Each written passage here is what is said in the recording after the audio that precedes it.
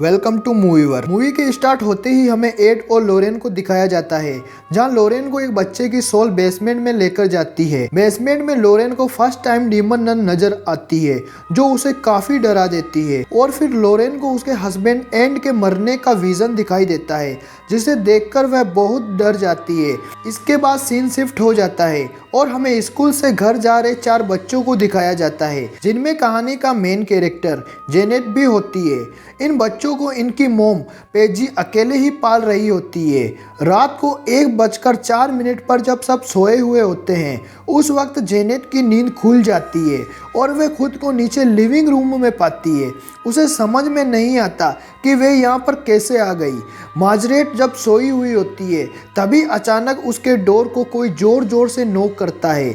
मार्जरेट जब डोर को खोल कर देखती है तो वहाँ उसे कोई नहीं मिलता। तभी अचानक जेनेट वहाँ आ जाती है, जिससे मार्जरेट को लगता है कि डोर वह नॉक कर रही थी। इसके बाद वह जाकर सो जाती है। अब हमें एक टीवी शो दिखाया जाता है, जहाँ एड और लोरेन एक डॉक्टर के साथ बहस कर रहे होते हैं, जहाँ डॉक्टर उनको ब्लेम करता है कि ये लोग नाटक करते हैं, ये सब इनका दिखावा है, जिससे लोरेन को गुस्सा आ जाता है और शो खत्म हो जाता है। इसके बाद रात को जब सब सो रहे होते हैं, तभी जेनेट का भाई बेली किचन में पानी पीने जाता है।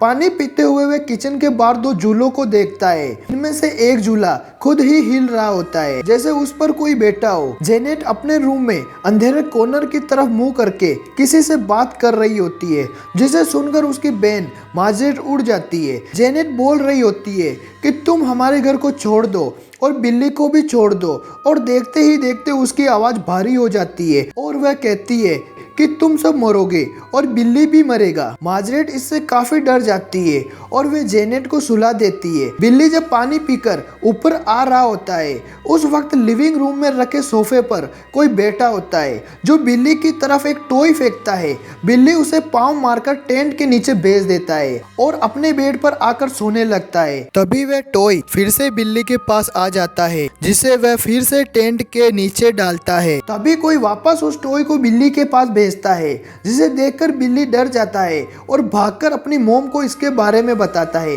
कि टेंट के नीचे कोई तो है। उसकी मोम जाकर उस टेंट के नीचे चेक करती है तो वहाँ कोई नहीं होता। तभी पेगी को किसी की आवाज आती है और जब वह नीचे आकर देखती है तो जेनेट को उस सोफे पर बैठा देखकर हैरान हो जाती है। जेनेट उसे कहती है कि शायद वे नींद में चलते चलते यहाँ आ गई। अगले दिन जेनेट घर में बिल्कुल अकेली होती है और टीवी देख रही होती है। अचानक टीवी का चैनल चेंज हो जाता है। जेनेट अपने पसंद का चैनल लगाकर रिमोट को साइड में रख देती है। तभी फिर से चैनल खुद ब खुद चेंज हो जाता है। जेनेट रिमोट को देखती है, जो वहाँ पर नहीं होता। तभी उसकी मोम का कॉल आ जाता है। वह उससे बात कर रही होती है और देखती है कि टीवी का रिमोट खुद ब खुद उस सोफे पर आ गया है, जिससे वह डर जाती है और रिमोट उठाकर अपने पसंद का चैनल लगा लेती है और फिर से टीवी देखने लग जाती है। लेकिन अब चैनल खराब होने लग जाते हैं। इस पर जेनेट टीवी के सिग्नल को ठीक करती है। तभी वह टीवी की स्क्रीन पर एक बूढ़े आदमी को रिमोट लिए उस सोफे पर बैठा देखती है। जेनेट मुड़कर देखती है तो वहाँ कोई नहीं होता। अचानक टीवी का रिमोट उस सोफे से नीचे गिर जाता है, जिसे देखकर जेनेट काफी घबरा जाती है। तभी वह बूढ़ा आदमी जेनेट के कान में चिल्ला कर कहता है कि ये मेरा घर है और इसे छोड़कर चले जाओ। जेनेट बुरी तरह डर जाती है। इसके बाद सीन चेंज होता है और हमें एड और लोरेन को दिखाया जाता है, जहाँ एड उस डीमन नन की पेंटिंग बना रहा होता है, क्योंकि उसने पिछली रात उसे अपने सपने में देखा था। इससे लोरेन काफी घबरा जाती है और वे एड से कुछ टाइम के लिए पैरानॉर्मल केसेस को हैंडल नहीं करने की कहती है। वहीं रात को जेनेट सोते हुए खुद को अपने बेड से बांध लेती है, ताकि वे नींद में चलकर कहीं जा ना पाए।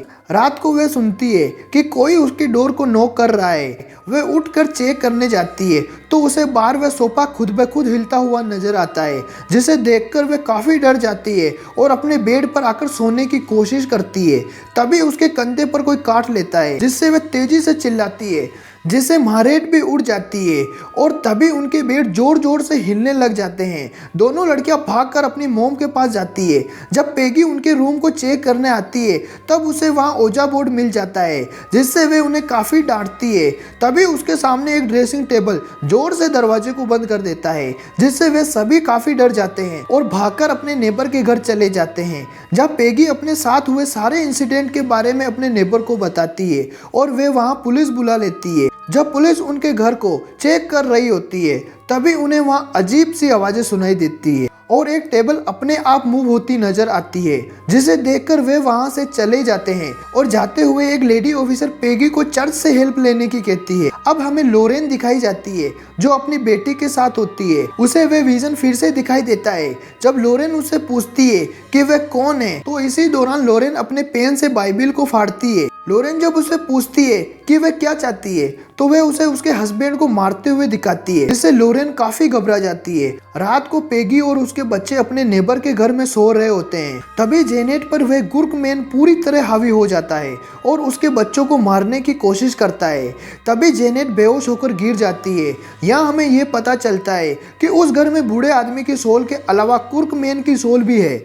दूसरी तरफ हमें फादर के साथ एड और लोरेन दिखाए जाते हैं जो टेप रिकॉर्डर से जेनेट की आवाज सुन रहे होते हैं। फादर उन्हें उनकी मदद के लिए कहता है पर लोरेन एड को इसके लिए मना करती है। वह कहती है कि जो पेंटिंग उसने बनाई थी वह डीमन सच में है और उसने उसे देखा है। साथ ही यह भी बताती है कि उसने एड को मरते हुए भी देखा है, जहाँ एड लोरेन को काफी समझाता है और फाइनली लोरेन मान जाती है। एड और लोरेन पेगी के घर पहुंच जाते हैं, जहाँ वे देखते हैं कि पेगी ने जेनेट के रूम में काफी सारे क्रॉस के निशान लगा रखे होते हैं।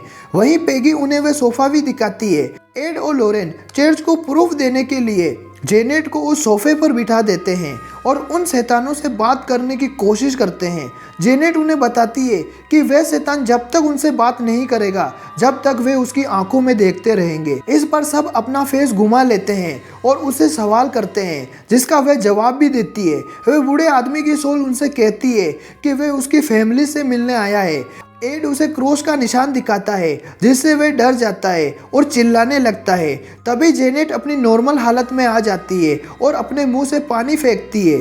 लोरेन एड से कहती है कि अभी तक उसे किसी भी सुपरनेचुरल पावर का एहसास नहीं हुआ। रात को जेनेट अपने आप को नीचे लिविंग रूम की छत पर लटका हुआ देखती है और वहीं उस सोफे पर उस बूढ़ी आत्मा को देखती है। वह उसे ऊपर की ओर फेंकता है, जिससे जेनेट अपने रूम में आ जाती है, जहां वह सारे क्रॉसों के निशानों को उल्टा होते हुए देखती है और वहां वह बूढ़े आदमी की सोल जेनेट पर अटैक कर देती है। जेनेट की चीख से पेगी उड़ जाती है और वह उस बूढ़े आदमी की सोल को देख लेती है। थोड़ी ही देर में वहां एड और लोरेन भी पहुंच जाते हैं और उस बूढ़े आदमी की सोल से जेनेट को बचा लेते हैं। जब लोरेन एक क्रॉस को निशान को हिलते हुए देखती है, एड और लोरेन को उनकी बातों पर यकीन हो जाता है, लेकिन उन्होंने अभी तक उस घोस्ट को नहीं देखा होता है। इसलिए चर्च को कुछ प्रूफ देने के लिए वे पूरे घर में कैमरास लगा देते हैं। उसी रात जेनेट किचन में एक डीमन को देखती है, जिसका मुकाबला करने बिल्ली उसकी ओर जा रहा होता है। जेनेट उसे काफी मना करती है। तभी वह घोस्ट जेनेट पर हावी हो जाता है, जिससे सारे बच्चे चिल्लाने लगते हैं और इनके चिल्लाने की आवाज सुनकर एड और लोरेन इनकी तरफ आते हैं।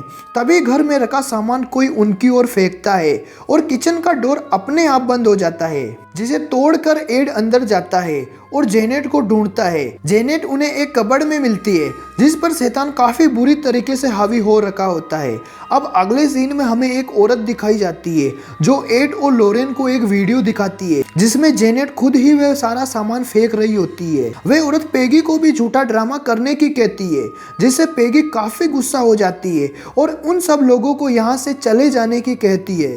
एड और लोरेन भी यहाँ से चले जाते हैं। जब जेनेट से उसके भाई बहन इसके बारे में पूछते हैं तो वह उन्हें बताती है कि उस डीमन ने उससे ऐसा करने की कहा था। अगर वह ऐसा नहीं करती तो वह उसके भाई बिल्ली को मार देता। घर जाकर एड और लोरेन आपस में बात कर रहे होते हैं कि अगर जेनेट को ड्रामा ही करना होता तो वह उस रूम में क्यों करती जहाँ कैमरास लगे हुए हैं और उस कबर्ड में जाकर ही क्यों छिपती। एड यहाँ जेनेट की रिकॉर्ड की गई आवाज को सुनता है, जहाँ उन्हें सुनाई देता है कि वह उसे जाने नहीं दे रहा। तभी लोरेन को एक विजन आता है, जिसमें उस बूढ़े आदमी की सोल उस सोफे पर बैठी होती है।